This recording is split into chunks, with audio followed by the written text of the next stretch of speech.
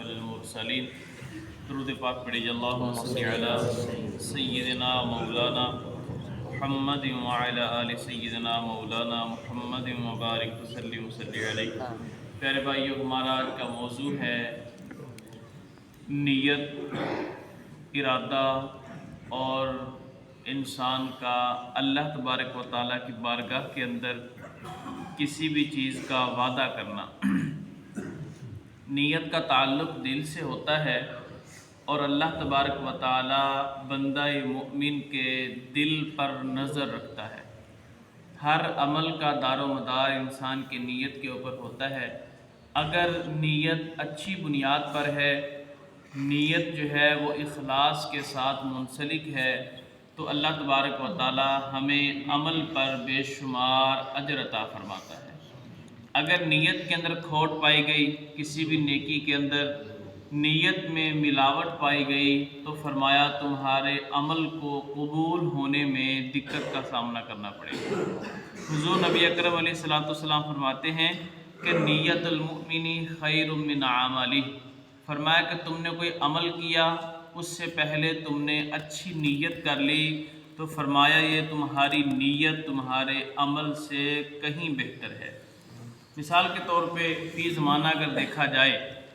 کوئی بندہ اگر اللہ کی بارگاہ میں کوئی نذرانہ پیش کرتا ہے، مسجد کی خدمت ہو، مدرسے کی خدمت ہو، مخلوق خدا کی خدمت ہو،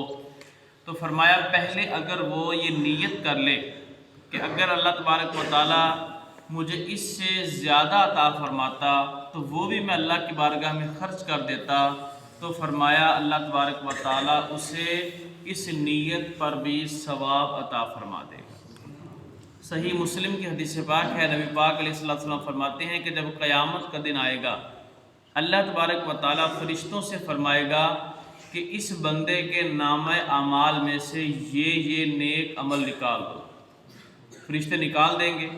پھر اللہ پاک حکم فرمائے گا کہ اس کے نامہ اعمال میں یہ نیک عمل ڈال دو۔ فرشتے عرض کریں گے مولا اس نے تو نیک عمل یہ کیے ہی نہیں، ڈالنے کس وجہ سے؟ تو اللہ تبارک و تعالیٰ فرمائے گا جو اس نے نیک عمل کیے میں نے نکال دیے، اس کے اندر اس کی نیت میں کھوٹ تھا، لیکن جو نیک عمل اس نے نہ کیے میں نے کہا اس کے نامہ اعمال میں ڈال دو، تو میرے اس بندے نے ان نیک اعمال کی نیت کی تھی لیکن نیک عمل نہ کر سکا، اس نیت پر میں اسے ثواب عطا فرماتا ہوں۔ تو یہ ہے نیت کرنے کا ثواب۔ بنی اسرائیل کے ایک شخص تھا، وہ ایک راستے سے گزر رہا تھا، قحط کا عالم تھا، اس وقت فصلیں تباہ ہو چکی تھی، جانور بھوک سے مر رہے تھے۔ اس بندے نے گزرتے گزرتے ایک ریت کا پہاڑ دیکھا، بڑا ٹیلا ریت کا، بڑی ایک ٹبی لگی ہے ریت کی۔ چلتے چلتے اس نے اللہ کی بارگاہ میں کہا کہ یا اللہ اگر تو مجھے اس پہاڑ کی مقدار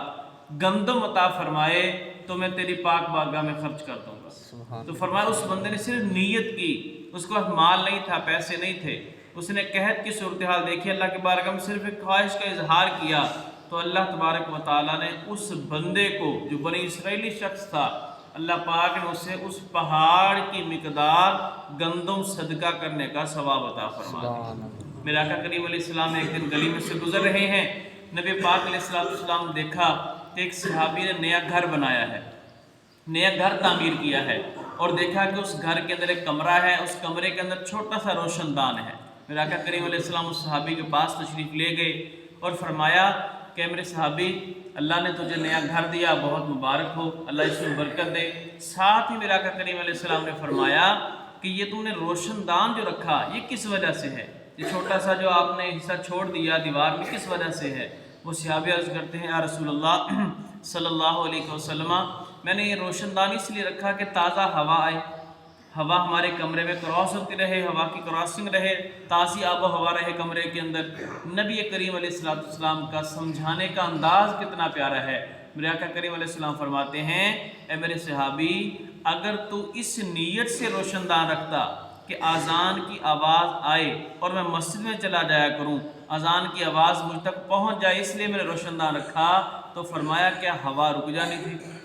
فرمایا ہوا تو پھر بھی آنی تھی، لیکن اگر نیت آپ کی یہ ہوتی کہ میں روشن دان اس لیے رکھ رہا ہوں کہ مسجد میں اذان ہو، اس کی آواز میرے کانوں تک آ جائے اور میں نماز کے لیے وقت پہ حاضر ہو جاؤں، تو فرمایا ہوا تو آنی ہی آنی تھی، لیکن اللہ پاک تمہیں اس نیت